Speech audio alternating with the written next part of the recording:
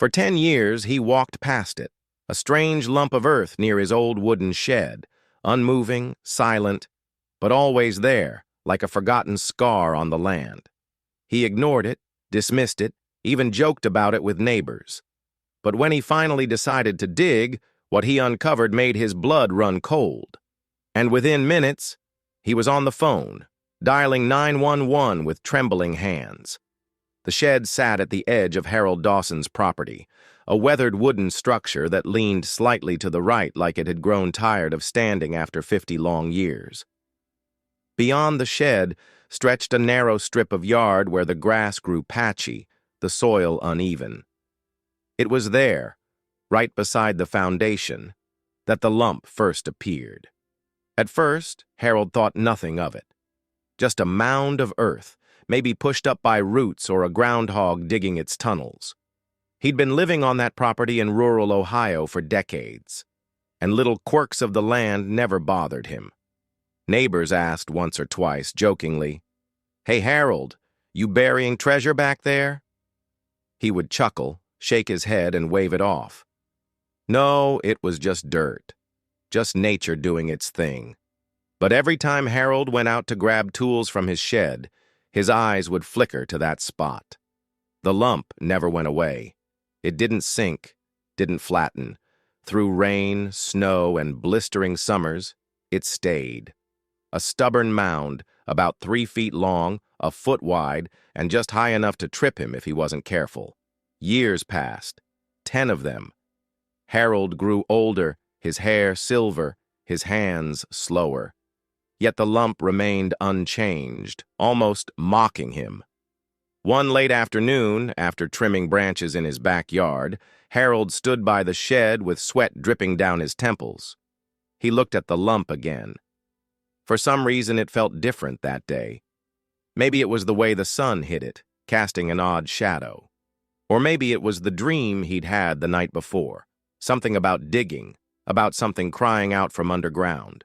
He leaned on his shovel, staring. Then, almost without thinking, he pushed the blade into the dirt. The soil was harder than expected, packed, not the loose, dry earth he'd thought it would be. He pressed down harder, his boots grinding into the ground as he forced the shovel deeper. The sound it made wasn't right either. More of a dull thunk than the crisp crunch of earth breaking. "Strange," he muttered, frowning. Minutes passed. Sweat running down his back as he dug layer after layer. The lump grew smaller as the soil shifted, but something else appeared underneath. Something solid. At first it looked like a piece of rotting wood, gray and splintered. Maybe an old log, buried and forgotten. He dug faster, curiosity overtaking him. The dirt gave way, revealing edges, straight edges, unnaturally precise for something buried so long. Then his shovel scraped against metal. Harold froze. The sound echoed, sharp and chilling in the quiet yard. He bent down, brushing soil away with his gloved hands. What he uncovered was not wood at all. It was a box, a large, rusted metal box, its surface scarred with time, its corners sharp, deliberate. Harold's mouth went dry. What was this doing under his shed? And why here, in his yard, untouched for who knew how long? He hesitated, his pulse quickening. Suddenly, the quiet afternoon seemed too still, too heavy. The cicadas had stopped their droning song. Even the air felt thick like it was waiting. Harold swallowed, then wiped his forehead. He considered stopping, covering it back up, pretending he'd never seen it. But curiosity dug deeper than fear. He grabbed the shovel again and pried at the edges, loosening the box until, with a grunt, he managed to pull it free from the earth. It was heavier than he expected. Far heavier. The box landed on the grass with a dull thud. Harold crouched, his fingers trembling as they brushed over the rusted lock that sealed it shut. A lock. Someone hadn't just buried this. Someone wanted it hidden. Harold's heart pounded in his chest. He reached for his phone in his pocket but stopped. No, he had to know first. He had to see what was inside. He searched his shed, found a crowbar, and jammed it against the lock. Metal squealed in protest, then snapped. The box creaked as the lid loosened. Harold lifted it slowly, breath caught in his throat, and then, as the lid opened, his eyes went wide, his face drained of color. Inside, beneath a thin layer of decayed cloth, was something that made his stomach turn and his knees buckle. He staggered back, his crowbar clattering to the ground. For a long moment he could only stare, frozen, his mind struggling to process what his eyes saw. It wasn't treasure. It wasn't tools. It wasn't anything a man should ever find in his yard. It was the reason his hand shook violently as he reached for his phone, dialing those 3 numbers with a voice he barely recognized. 911, came the calm operator's voice. Harold swallowed hard. His mouth was dry as dust. I need help, he whispered. I just dug up something by my shed. You need to send someone, please. And with that, the story truly began. For the next 10 years, the strange mound near Harold's shed became nothing more than a silent companion to his daily routine. Seasons passed, storms rolled through. The grass around it grew tall, then browned, then grew back again. But the lump stayed. It wasn't large enough to demand immediate attention, nor was it small enough to fade from memory.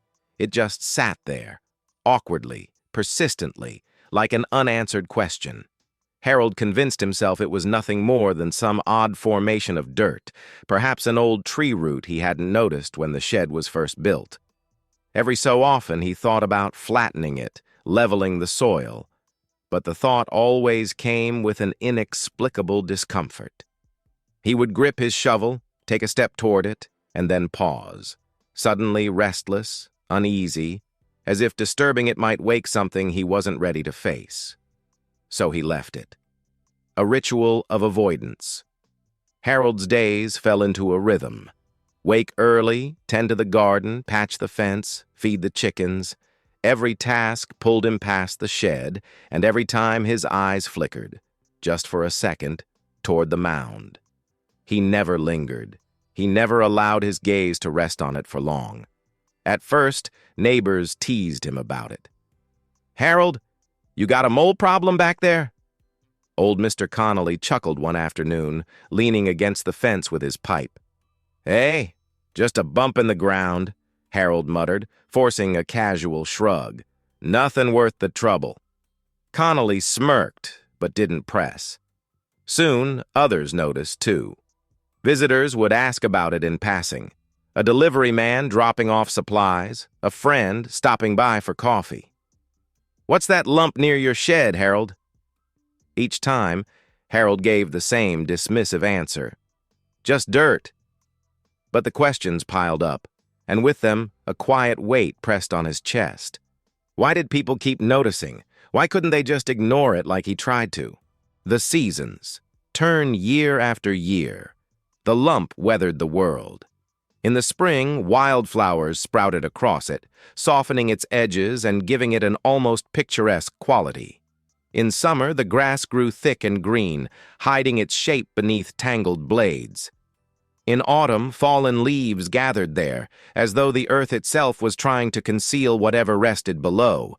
But in winter, when the snow fell, the lump stood stark against the white ground, a stubborn rise that refused to vanish. And those were the nights Harold lay awake, staring at the ceiling, trying to convince himself it was just frozen dirt.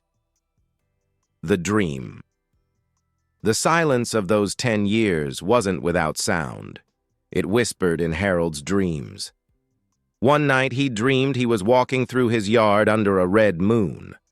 The shed loomed like a shadowed sentinel, and the lump stretched taller, larger, until it became a mound of soil as high as the shed itself.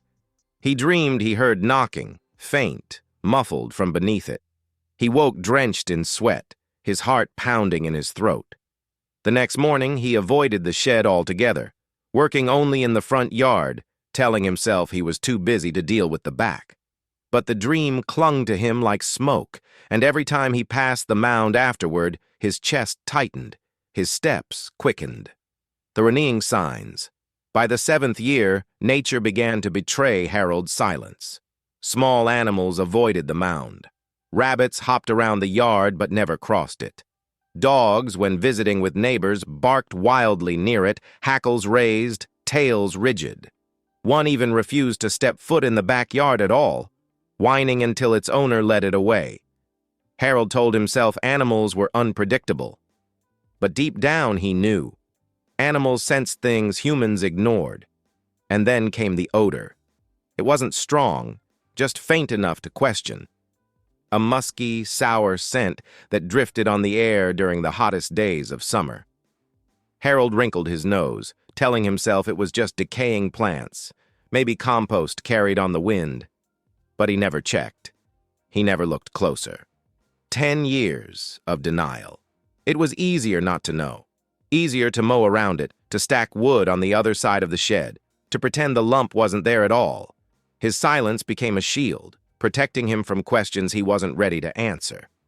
But denial doesn't last forever.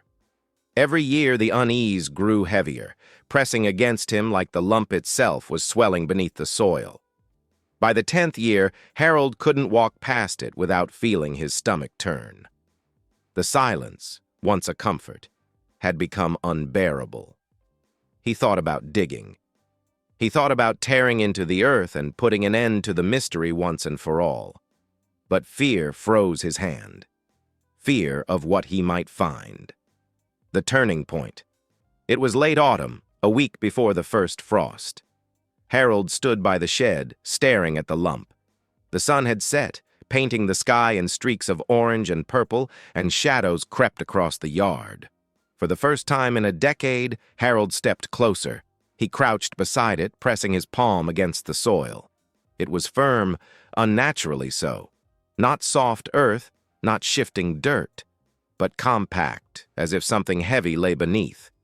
His breath caught. He pulled his hand back quickly, wiping the dirt against his jeans, suddenly restless, suddenly afraid. And that night, the dream returned. This time he wasn't alone in the yard. A figure stood by the lump, faceless, pointing at the earth. Harold tried to move, but his feet were buried in soil. The figure raised its arm higher, and from beneath the mound came a sound, a low, guttural cry that made Harold jolt awake. He sat in bed, clutching his chest, his throat dry. For 10 years he had stayed silent. For 10 years he had looked away. But now the silence was breaking. The question he had buried with the lump was clawing its way back up. And soon Harold would have no choice but to face it. But what could possibly lie beneath a lump of dirt untouched for 10 years? Harold was about to find out, and the truth would force his hand in a way he never imagined. For years, Harold had managed to silence the nagging voice in his head, the one that whispered whenever he walked past the shed, "Dig it up." But now, as he stood there in the fading autumn light, shovel in hand, he felt the weight of time pressing against him. The lump was still there, unchanged, unyielding. Covered in weeds, ringed by tall grass, it looked like nothing more than an oversized molehill. Yet Harold couldn't shake the sense that it was watching him somehow, waiting for him to break the silence. He pressed the shovel into the soil. At first, the ground resisted, hard from years of neglect. The metal scraped against rocks, the earth reluctant to give up its secret. Harold leaned his weight on the shovel, his muscles straining. His breath puffed white in the cool air. The first scoop came free. Dark, damp soil. Nothing unusual. He tried again. Another clump of earth fell aside. Still nothing. But with each thrust of the shovel, Harold's heartbeat grew louder. 10 years of questions were finally rising to the surface. After several minutes, the lump began to take shape. The soil curved unnaturally, almost as if something beneath had forced it upward. Harold crouched low, brushing dirt away with his hands. His fingers grazed something solid, not a rock, not wood, something else. It was smooth, cold. He froze, For a moment, the world seemed to hold its breath with him. What the hell is this? Harold brushed harder, his palms scraping against grit. The outline became clearer, a long, curved surface, pale under the fading sun. He pulled back, his heart racing. Bone, he whispered to himself. The word clung to the air like frost. But no. He shook his head. It couldn't be. It had to be something else. An old pipe, maybe a chunk of cement. Anything but what his mind was screaming. Still, curiosity drove him deeper. His hands dug faster, tearing away soil until the shape widened. It wasn't just one piece. It was a chain of connected segments. A spine. Harold stumbled back, dropping the shovel. His knees hit the ground hard, but he didn't feel the pain. His entire body went cold.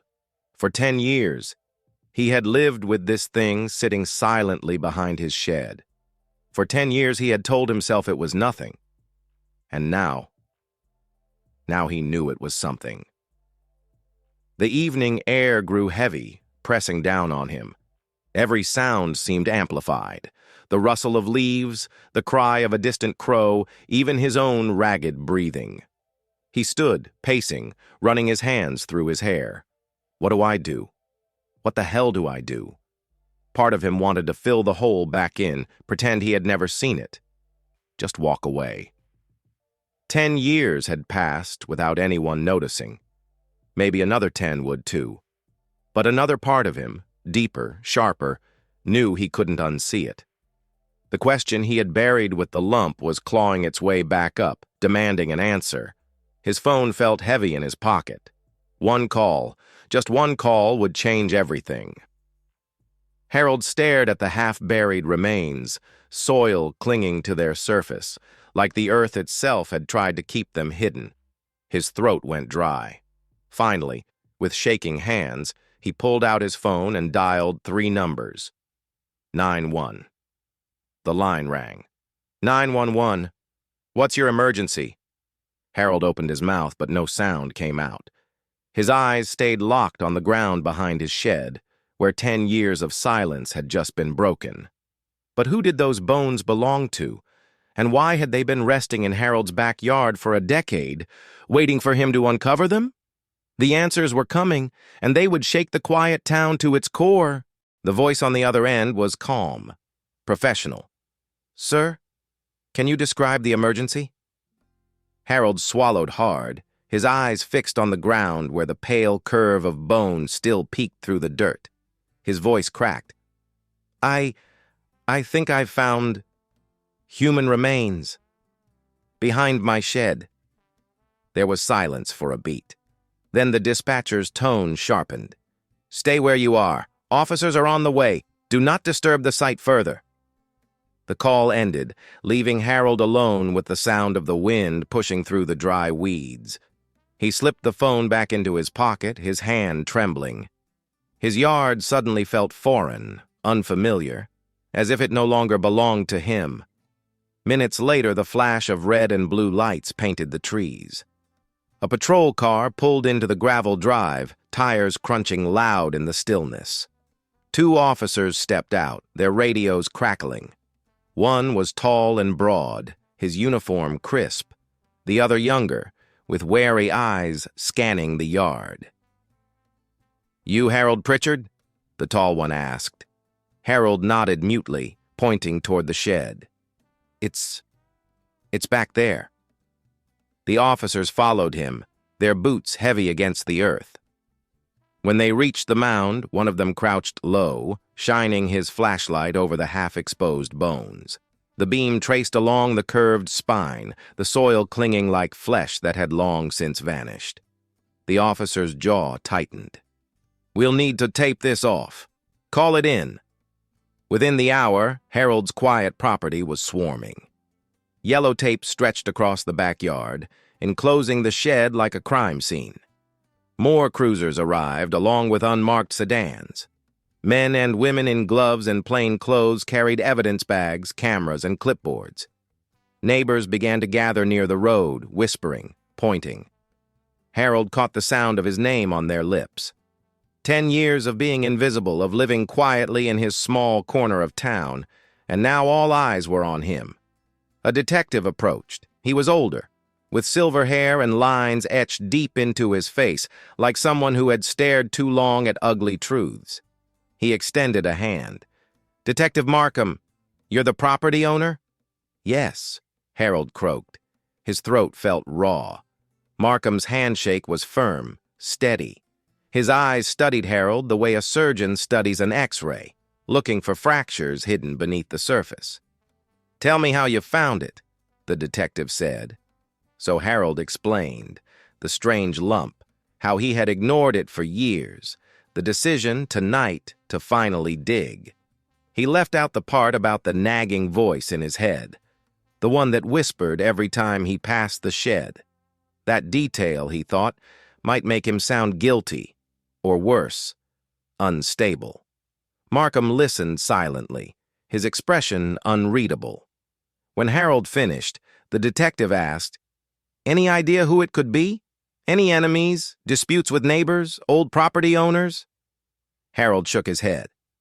"Number, I've lived here over 20 years. Never had trouble with anyone." The detective's gaze lingered.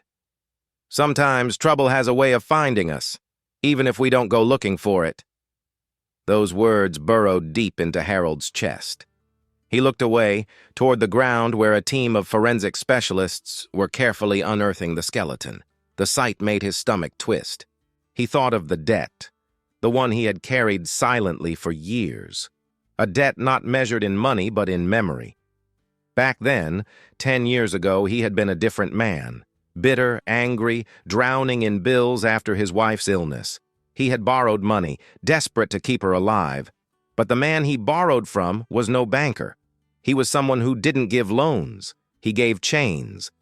And when Harold couldn't pay it back, the threats began. First the phone calls, then the shadows outside his house, then the night someone carved a warning into his shed door with a knife. Harold had been terrified. He remembered standing in this same backyard, staring at that carved message, feeling like the world was closing in. And then, suddenly, the threats stopped. Days turned into weeks, weeks into months. The man never came back. Instead, a lump appeared near his shed, a patch of earth disturbed, uneven. Harold had noticed it, had wondered, but he had been too afraid to dig.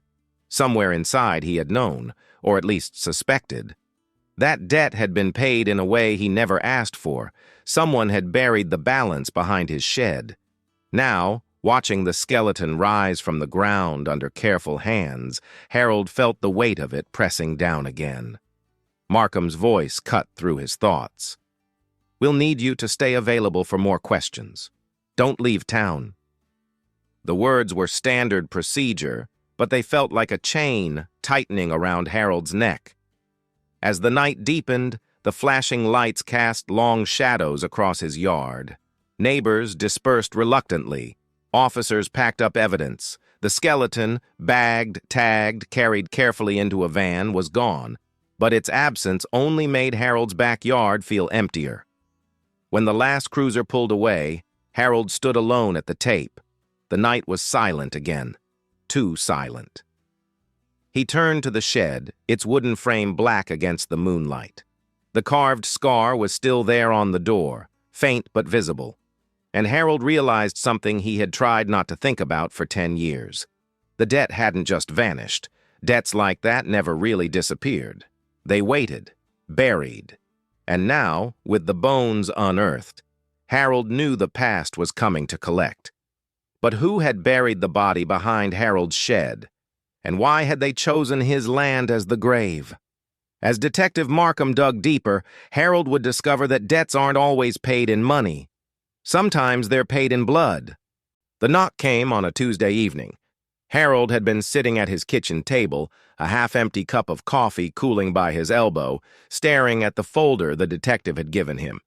Inside were photographs, blurry black-and-white images of a woman's hand clutching what looked like a small notebook, the corner of a torn page, and one grim photograph of a face barely visible under soil. He hadn't been able to eat since he opened it. The knock was sharp, deliberate. Not the kind of knock a neighbor made. Harold froze. For a moment he considered pretending he wasn't home, but then came a voice, low, gravelly, and direct. "Mr. Holloway, we need to talk." His name, spoken by a stranger. Harold's chest tightened. He rose, every instinct telling him to lock the door, to hide. But curiosity, or maybe guilt, pushed him forward. He opened the door. Standing there was a tall man in a worn coat, his hat pulled low against the drizzle. The streetlight cast half his face in shadow, but Harold could see the edges of a scar running down his cheek. "Do I know you?" Harold asked. The man didn't smile. "Not yet, but you know her." He tipped his chin toward the folder on the table. Harold's stomach lurched. "Who are you?" Harold demanded, though his voice cracked. "Let's just say—" The man stepped closer. "I was supposed to make sure that box was never found." Harold's knees nearly buckled. The man knew. He knew about the lump, the soil, the buried secret. The stranger walked inside uninvited, dripping rain on Harold's wooden floor. He pulled out a chair and sat down like he owned the place. "You've opened something you shouldn't have," the man said, his tone flat. "And now, you've put both of us in danger." Harold swallowed hard. I didn't know what it was. You thought it was just dirt? 10 years, and you never asked yourself why someone would hide something in your yard?" The man's eyes narrowed. "That woman, she was my sister." Harold's breath caught. The stranger tapped the folder. "The police think they're closing in, but they don't know the half of it. And if you don't listen carefully, Mr. Holloway, you'll end up where she is." A chill ran down Harold's spine. The next days blurred into paranoia. The stranger was everywhere. Harold would glimpse him at the edge of the grocery store parking lot, leaning against a rusted sedan. He'd see a figure in a coat by the diner window when he stopped for coffee. He'd hear footsteps on the gravel outside his shed at night, and when he rushed out with a flashlight, there was nothing. But the smell of cigarette smoke lingered in the air. The police called again, asking him to come in for more questioning. Harold hesitated. He couldn't decide which was more dangerous, talking to them or keeping silent while the scarred man watched him from the shadows. Sleep abandoned him. Every creak of the house became a warning. Every passing car slowed just a little too long. The debt, the detective had said, wasn't just about money. It was about secrets owed, lives owed. And now Harold realized he wasn't just a bystander. He was tangled in it. One evening, as Harold shut off the lights, the phone rang. He nearly jumped out of his skin. He answered cautiously. The voice was the stranger's, calm, cold. "You have something that belongs to me. Bring the notebook. Tomorrow, midnight. The old quarry." Before Harold could respond, the line went dead. "Notebook?" He rifled through the folder again, hands trembling. There, tucked in the back, was the water-damaged notebook. He hadn't noticed it before, or maybe he'd been too afraid to. Its pages were smeared, but fragments of names and dates remained, and one word circled over and over again. Ode. Harold sat in the dark kitchen staring at the notebook. The rain outside tapped against the window like restless fingers. He didn't want to go.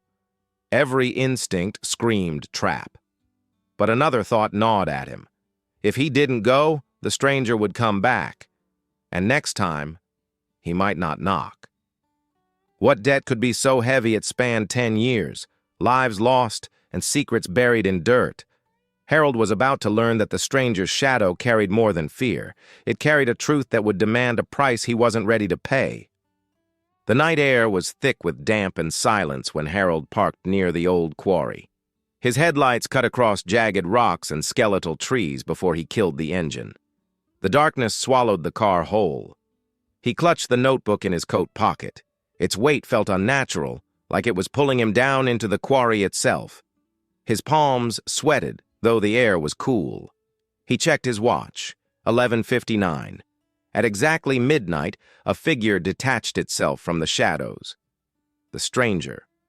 The scar on his cheek caught a glint of moonlight. "You came," the man said, voice echoing faintly against stone. "I didn't have a choice," Harold answered. His voice was hoarse. "You always have a choice," the stranger said, stepping closer. "But the wrong one gets you buried." Harold's fingers twitched inside his pocket. "What is this notebook? Why did your sister hide it?" The man's jaw tightened. "She didn't hide it. She tried to protect it, and she died for it." They stood there, the quarry yawning behind them like an open grave. Harold's chest rose and fell in uneven rhythm. "Give it to me," the stranger said. Something inside Harold resisted. For 10 years, he had ignored the lump in his yard, denied its existence. And now, here was proof of something bigger, darker. Handing it over meant erasing his only chance to understand. "What's in it?" Harold asked again. The stranger's eyes flickered with impatience. "Names, transactions, blood money that built empires. You don't want to know." "But I do," Harold said, surprising himself with the sharpness of his tone. His hand shook as he pulled the notebook halfway from his pocket. "I've lived with this in my soil for a decade. If it's cursed, then so am I." For the first time, the stranger's mask cracked. His voice dropped to a rasp. "You think you've carried a curse?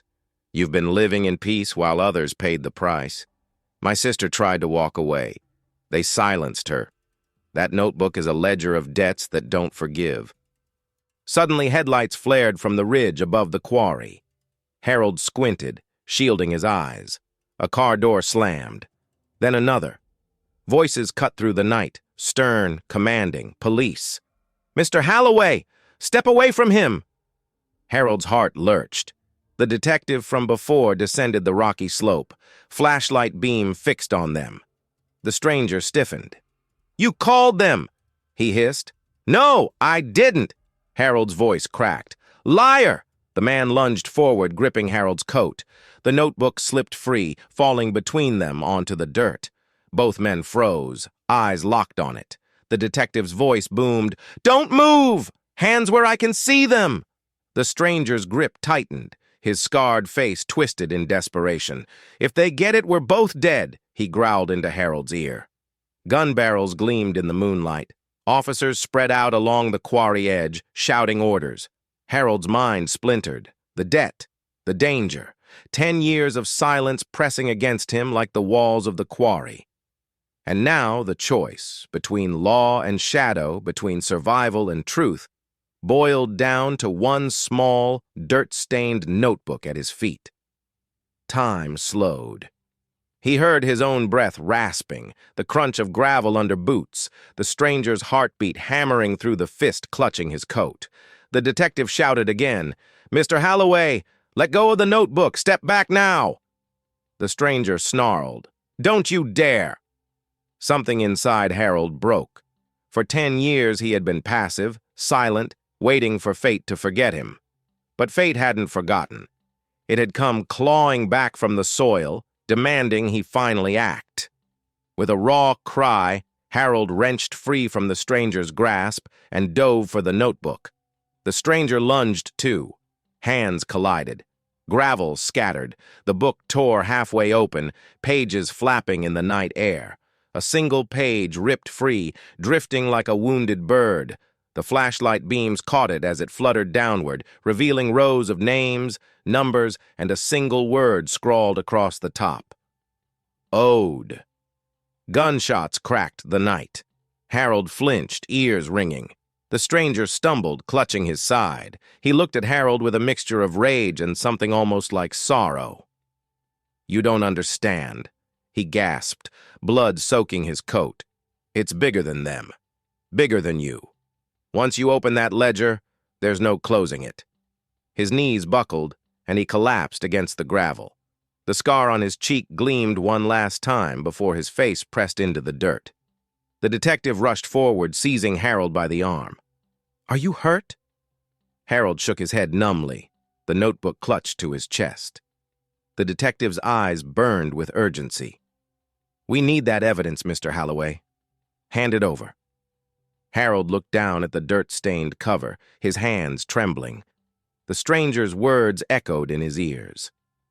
"Once you open that ledger, there's no closing it." The quarry was silent now, save for the buzz of radios and the shuffle of boots.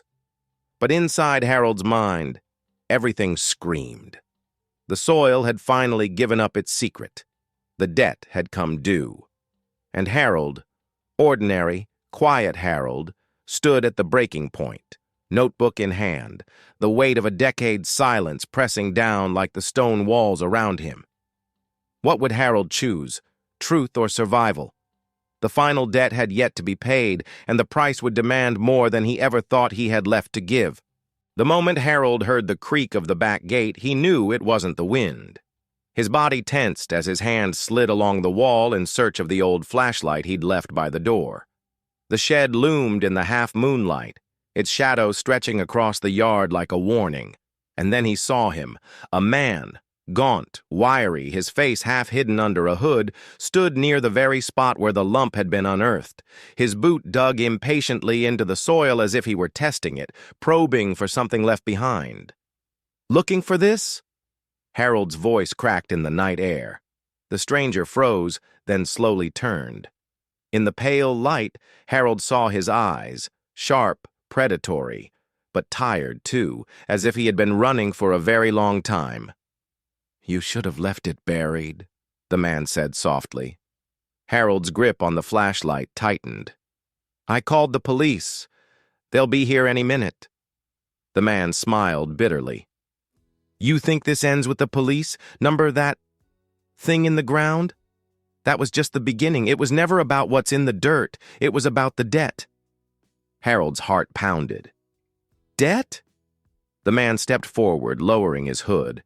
His face was lined, scarred. Older than Harold had expected. "Your brother owed me," he said, "years ago. Money, silence, a favor he couldn't pay. So he buried it here, on your land, thinking no one would ever look." The words crashed into Harold like a thunderclap. His brother. Gone 10 years now. The estrangement between them had been bitter, unexplained. And now, in the middle of the night, with a stranger's eyes boring into his, Harold realized that lump of dirt had never been his burden alone. It had been his family's secret. "You're lying," Harold whispered. The man shook his head. "You don't bury a box like that unless you're hiding something worth killing for." He gestured to the disturbed soil. "Your brother tried to walk away, but debts like this, they don't die. Someone always has to pay." Sirens wailed faintly in the distance. The man's eyes darted toward the sound. He stepped closer to Harold, his voice low and urgent. "They'll take me, fine, but they'll never stop digging. And when they dig, you'll see what your brother really left you. You think it's just bones? Number. It's a message, a mark, the kind of thing that stains a family forever." Harold felt the weight of it pressing down on him, the years of silence, the unanswered questions, the gnawing unease he had shoved away. The stranger's shadow stretched across the soil, long and dark, as though it had been waiting all this time. The sirens grew louder. Red and blue lights flashed through the trees. The stranger lifted his hands slowly, smirking. "Guess it's your turn now, Harold. The last debt always falls to the one who digs it up." Police flooded the yard, shouting commands, pressing the man to the ground. Harold stood frozen, his flashlight dangling uselessly at his side. The earth where the lump had been seemed to pulse in the night, a wound in the yard that could never heal. An officer turned to Harold. "Sir, we'll need you to come with us. There's more here than we thought." As he was led toward the flashing lights, Harold looked back one last time at the shed, the soil, and the stranger's shadow being dragged away. The words echoed in his head like a curse, the last debt. And deep down, Harold knew the man was right. Some debts are never buried. They just wait, silent, patient, until someone digs them up.